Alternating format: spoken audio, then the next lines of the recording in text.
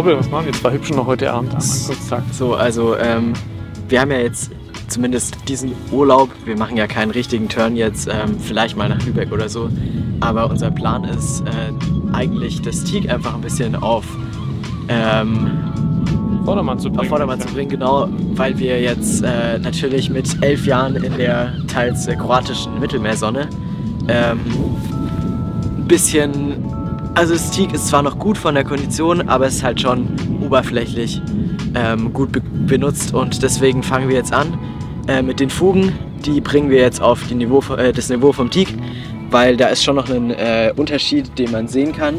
Heißt, wenn man hier mal drüber streicht, dann sieht man, dass da schon noch so 2-3 Millimeter ist und das ist natürlich schlecht, weil das Wasser kann nicht ablaufen. Hier zum Beispiel haben wir jetzt mit so einem Mozartmesser haben wir hier die Fugen schon abgeschliffen und hier sieht man natürlich, dass es einfach eigentlich eine Oberfläche und wie das ungefähr funktioniert, das kann ich jetzt mal hier zeigen. Jetzt fange ich hier mal an, heißt man setzt hier auf Bodenniveau an und geht rein und geht dann so nach vorne und da sieht man natürlich,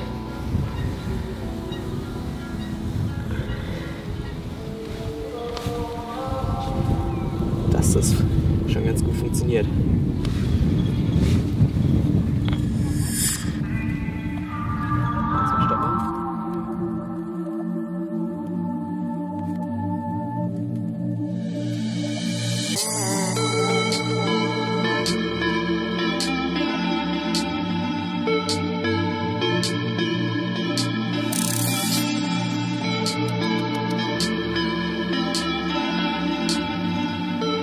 Also, wir machen das wie folgt. Wir haben ja ein relativ überschaubares Teak-Deck, aber das ist trotzdem natürlich wichtig, dass man nicht den Überblick verliert, weil sonst, das ist mir vorher schon passiert, sonst vergisst man hier mal eine Fuge und das wäre natürlich blöd, wenn man mit dem Schleifen anfängt und dann nochmal den Arbeitsschritt von davor wiederholen muss.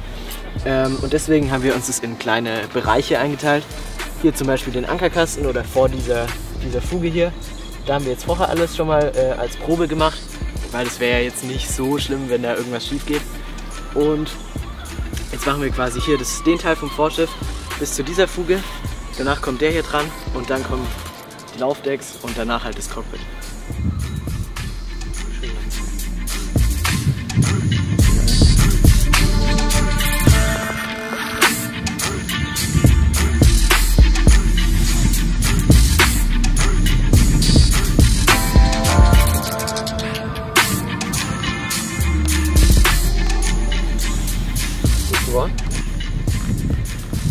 So was Leckeres wird denn hier zubereitet? Naja, also ich habe mal gedacht, wir machen mal ein bisschen, Pesto ist schon dran, deswegen ist mal ein bisschen älter das Pesto. Ansonsten mal ein bisschen Linguine, Spaghetti, Nuarese. Und ja, man weiß ja nie. Ist gut, wenn man sowas auf dem Deck hat. Sieht sehr gut aus. Sieht gut aus, ja. Könnte man jetzt verkaufen. Ah, riecht auch lecker, wirklich. Ja. Fein, bin gespannt, wie es nachher schmeckt. Da gibt's dann zum Abendessen.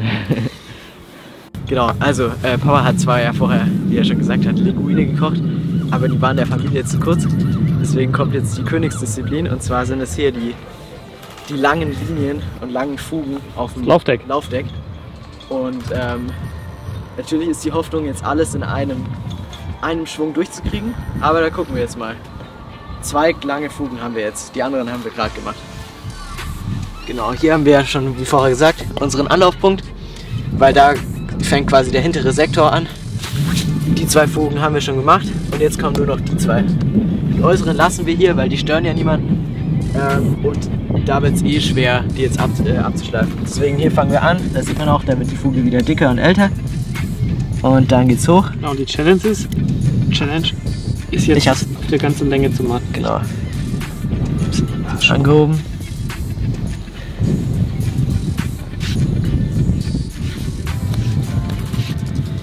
Und das ist natürlich, vorher haben wir mit Flip-Flop gearbeitet, weil da kann man super die Knie drauflegen.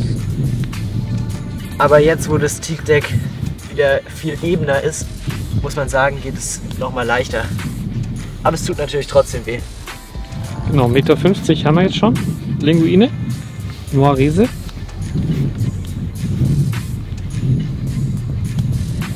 Ja, Boppe ist noch im Vorschiff und ich bin schon mit der Linguine zum Achterdeck. Ah. Oh. Schade.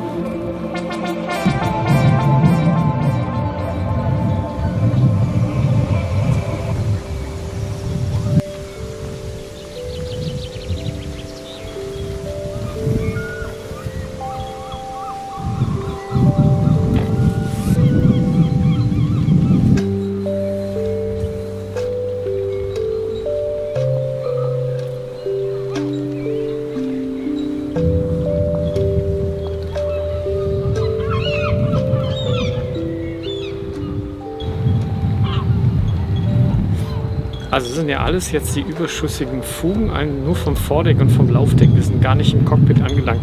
Man sieht so eine riesen Portion und das alles stand über und hat natürlich verhindert, dass das Wasser gut abläuft und hat die Algen oder überhaupt die Mikrobenbildung eben möglich gemacht. Und jetzt gehen wir ins Cockpit und morgen bzw. übermorgen versuchen wir dann das Deck abzuschleifen. Aber ganz schön viel Überstand über all die 10 Jahre.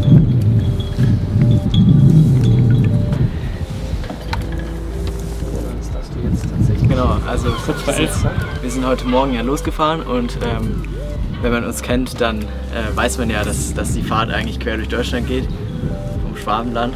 Und wir haben jetzt aber uns trotzdem, weil wir irgendwie Bock drauf hatten und Herr Paul und ich sind ziemlich Fan von diesem, von diesem Gerät hier und deswegen haben wir uns heute vorgenommen, einfach mal ein paar Stellen da die Fugen zu entfernen und mittlerweile sind wir durch. Heißt, wir haben eigentlich das ganze Deck und alle Fugen gemacht, heißt hier das ganze Vorschiff, Cockpit und so. Jetzt fehlt uns nur noch der Boden und hinten die Plattform, wenn man das so nennen kann. Aber da sind wir eigentlich schon durch. Genau, das Laufdeck hat viel mehr Auswaschung erfahren als jetzt hier der Cockpitboden und über die Auswaschung hat sich dann das Holz letzten Endes abgetragen, die Riefen sind entstanden und dadurch sind die Fugen mehr rausgekommen, die sind natürlich nicht per se mehr rauskommen, sondern das Teak hat nachgelassen und dadurch kommt die Differenz zustande und hier im Cockpitboden ist es eben nicht so. Deswegen waren es wesentlich mehr Linguine vorne und hier nicht so viele. Ja, aber schöner Abend, 23 Uhr oder so. Bobbel hilft mir super, dafür sind wir morgen dann auch fertig.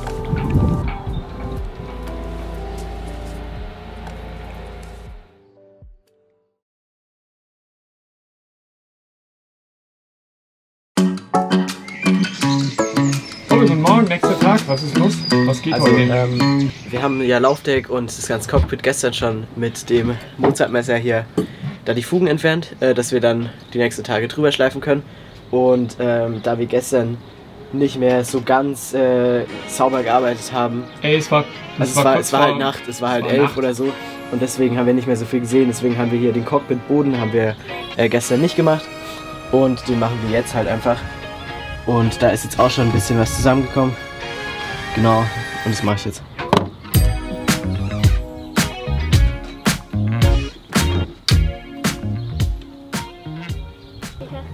Das ist ein Winkelschleifer. Und das grüne Ding? Das ist Ein Exzenterschleifer. Genau, und dann haben wir noch eine Menge Schleifpapier. Schleifpapier, Abklebeband. Nochmal Schleifpapier, Abklebeband. Weißt du, wofür wir die Hölzer haben? Die haben wir um da das Schleifpapier drum. So Genau, und wickeln dann richtig. kann Und weißt du, für welche Stelle? Sollen wir die mal angucken? ja. Alles klar, also hier ein Stückchen Holz, hier Schleifpapier, 60er für den Anfang, nachher auch noch ein bisschen feiner. Zu fein sollte man Teak nicht schleifen, weil es noch ein bisschen Halt ja auch, wenn es nass ist, bieten soll. Und selbst gemacht, um zwischen Traveler-Schiene und Gelcoat vom Decks rauszukommen, das zeige ich gleich, wird es drum gewickelt. So, und jetzt schon habe ich mein Spezialwerkzeug. Und jetzt komm mal bitte mit, ich zeige dir mal, wofür ich das brauche. Okay, den Fokus noch dran lenken. Wir haben hier eine kleine Teststrecke. Heute ist Pfingstmontag. Heute machen wir nur ein bisschen leise arbeiten und gar nicht wirklich viel arbeiten. Und morgen geht es dann richtig ab. Und man sieht hier die Trefferlöschschiene der Genua. Da kann man noch mit einer Maschine ran. Dazwischen kann man natürlich nicht mit Maschine ran. Ich habe jetzt ein kleines Stück einfach abgeklebt mit einem stabilen Band, um den Gelcoat nicht zu verletzen. Jetzt setze ich das hier ein bisschen rein und dann schleife ich es.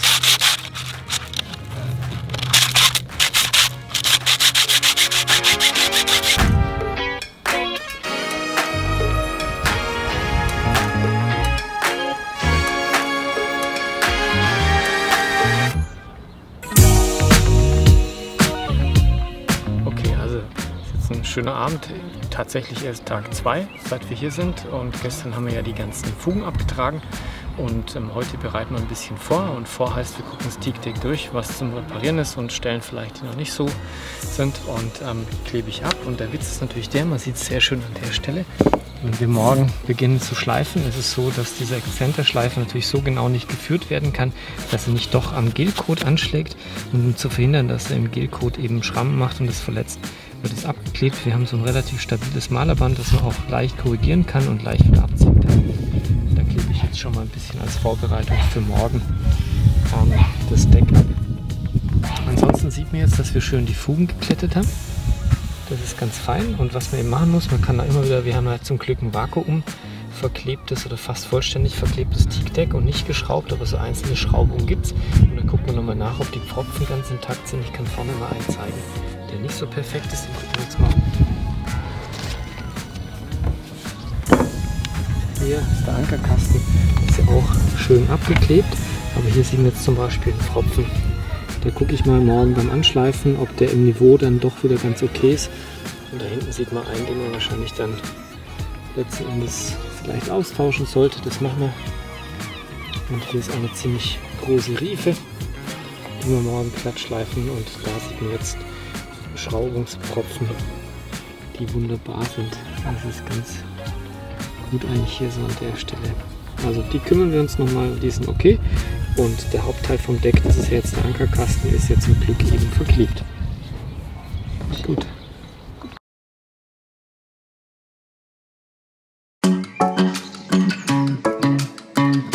Also heute nächster Tag Teak. Wir haben ja die Fugen geklettert, die sind im Niveau. Dann haben wir gestern schon begonnen abzukleben. Den zweiten Teil macht der Rest der Mannschaft. Jetzt haben wir uns ein bisschen persönliche Schutzausrüstung, endlich mal wieder eine Maske, juhu. Dann natürlich für die Augen, für den Staub eine Brille und tatsächlich auch einen Ohrenschutz für uns beide. Dann haben wir zwei Sorten Werkzeuge. Das eine ist ein kleiner Winkelschleifer, um an die Winkel eben ranzukommen, an die schlecht zugänglichen Stellen. Und das zweite ist ein Exzenterschleifer, um die größeren Flächen anzugehen. Wir fangen mit dem 60er an. Manche beginnen mit 40er, aber unser Teak ist nicht so weit runter. Also 60er Körnung reicht. Danach gehen wir auf 80, vielleicht 120. Viel glatter werden wir es nicht schleifen, dass es noch schön ein bisschen Grip behält. Und dann haben wir uns noch Folgendes gedacht, um den Gelcoat sicher zu schützen, wird immer beim Schleifen ist es nicht nur abgeklebt, sondern derjenige, der gerade nichts zu schleifen hat, der hält noch zusätzlich so eine, das ist glaube ich um Putz zu verteilen auf den Wänden, hält sowas noch ein bisschen hin, dass es nicht gegen das Gelcoat geht. Tja, und dann würde ich sagen, jetzt fangen wir mal an.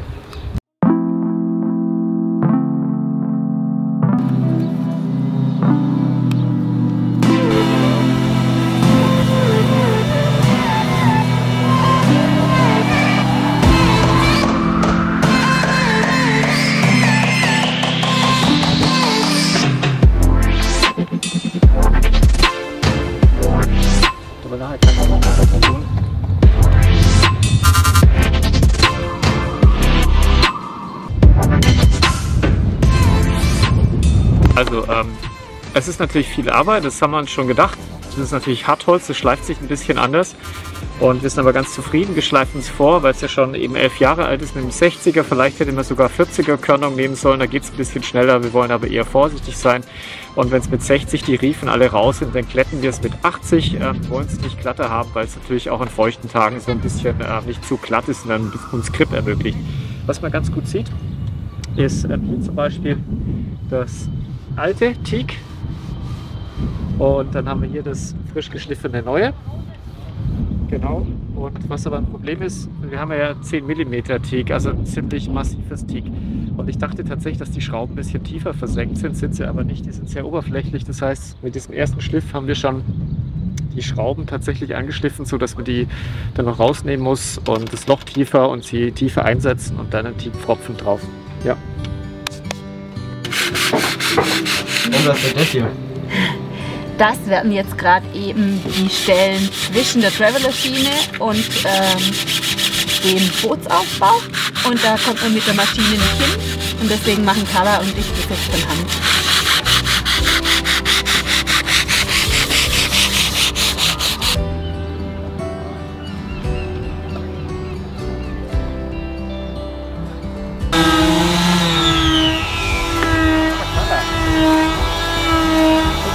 Also hier, die Lifeline, die kommt natürlich im Winter und so auch weg, aber sie liegt natürlich gerne mal hier und deswegen steht dann das Wasser. Und das Wasser, wenn es steht, das zerstört natürlich, wenn was drauf ist und es nicht abtrocknen kann, das Holz allmählich. Also hier sind ganz tiefe Riefen auf dieser Mittellinie und die schleife ich gerade raus. Und wenn man die aber rausschleift und so wie wir eben auch einen Zentimeter Teak hat, dann kann man am Ende dann so einen schönen glatten Boden haben.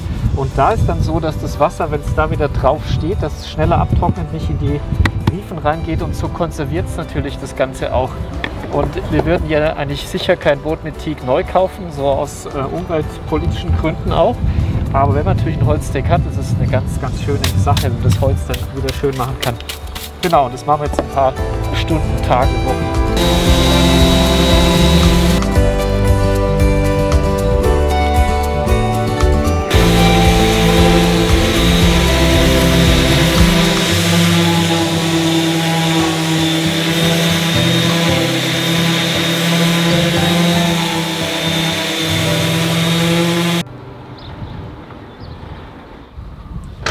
Robert, warum arbeitest du eigentlich nichts? Also, wir mussten jetzt kurz unterbrechen, weil ein kleiner Schauer reingekommen ist. Also wir hatten eigentlich schon ziemlich viel Glück, weil wir schon 2 relativ große Regenzellen hatten. Jetzt soll es wieder trocken sein den ganzen Tag, bis eigentlich einschließlich morgen. Und das sind jetzt unsere 2 Teak-Tage, wo wir dann vom Vorschiff aus bis ins Cockpit das ganze Teak abschleifen. Also ein neuer Tag, neues Glück. Ich weiß nicht, ich glaube Tag 4 jetzt oder so. Das zieht sich eben, ist eben Hartholz. Sind wir jetzt wieder dabei, die letzten Arbeiten zu machen. Wir sind im Cockpit angelangt, das zeige ich nachher mal. Ich möchte auch nachher mal ein paar Bilder zeigen, wie es im Moment ausschaut und wie es dann hinterher ausschaut. Und das Cockpit ist jetzt deswegen ganz praktisch, weil sich der Staub natürlich schön unten sammelt. Wir können dann zusammenkehren, wenn wir nicht schon sowieso gefiltert haben und dann abtragen und nachher eben auswaschen. Also ich denke, einen Tag noch richtig Arbeit und dann sind wir fertig. Und jetzt zeige ich mal so ein paar schöne Sachen.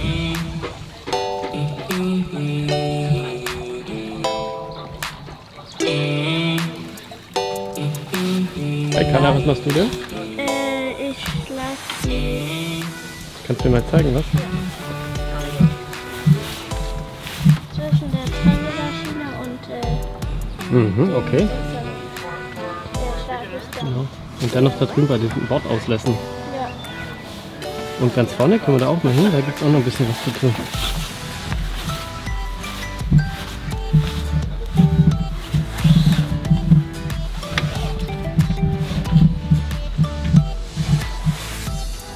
Ah ja, da unten. Papa gestern ein bisschen angefangen, gell? Ja. Cool, sieht machbar aus. Aber sieht toll aus, der Boden, oder? Und dein Lieblingsplatz ist ja eh hier, stimmt's? Ja. Na, Robbe, was ist unser Fazit von Tag? Weiß nicht, ist es schon 2 oder 3? Ich komme so ein bisschen durcheinander. Also wir haben jetzt ja den 2. Tag, also noch nicht ganz, würde ich sagen, noch nicht ganz den 2. Tag vom Teak-Schleifen hinter uns. Und die Bilanz momentan ist, Teak ist sehr hart, heißt, wir haben uns eigentlich schon gedacht, dass es lang braucht, aber es ist natürlich schon deutlich länger geworden, als wir gedacht haben.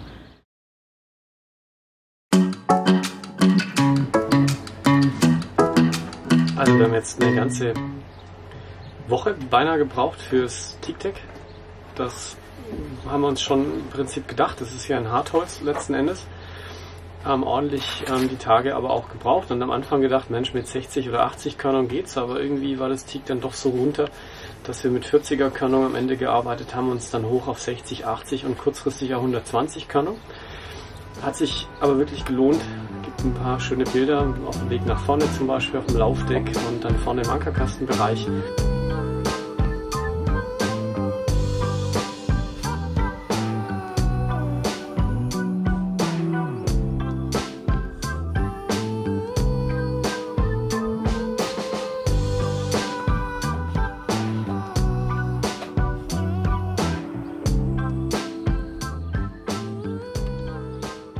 Und dann auf dem Rückweg und natürlich das Cockpit. Das ist schön glatt, aber nicht zu glatt. Wir hatten eine Weile überlegt, was machen wir als letzte Körnung zum Schleifen. Haben dann überlegt, ob 120 vielleicht zu glatt ist, haben es Probe geschliffen und ein bisschen drauf rumgelatscht und festgestellt, dass eine 120er Körnung als Endschliff völlig in Ordnung ist. Es ist nicht zu glatt, es sieht toll aus, sieht beinahe aus wie ein Möbelstück. Haben es dann gegen Ende auch noch eingelassen mit Salzwasser, mit einem sauberen Meerwasser und eine Essigessenz, und ja, jetzt lassen wir es eben wieder vergrauen, dass die natürliche Patina kommt und die Teersalze und so weiter, die Teerharze natürlich, und dann das Teak wieder seine natürliche Sonnenschutzfarbe bekommt. Ansonsten war es eine nette Arbeitswoche.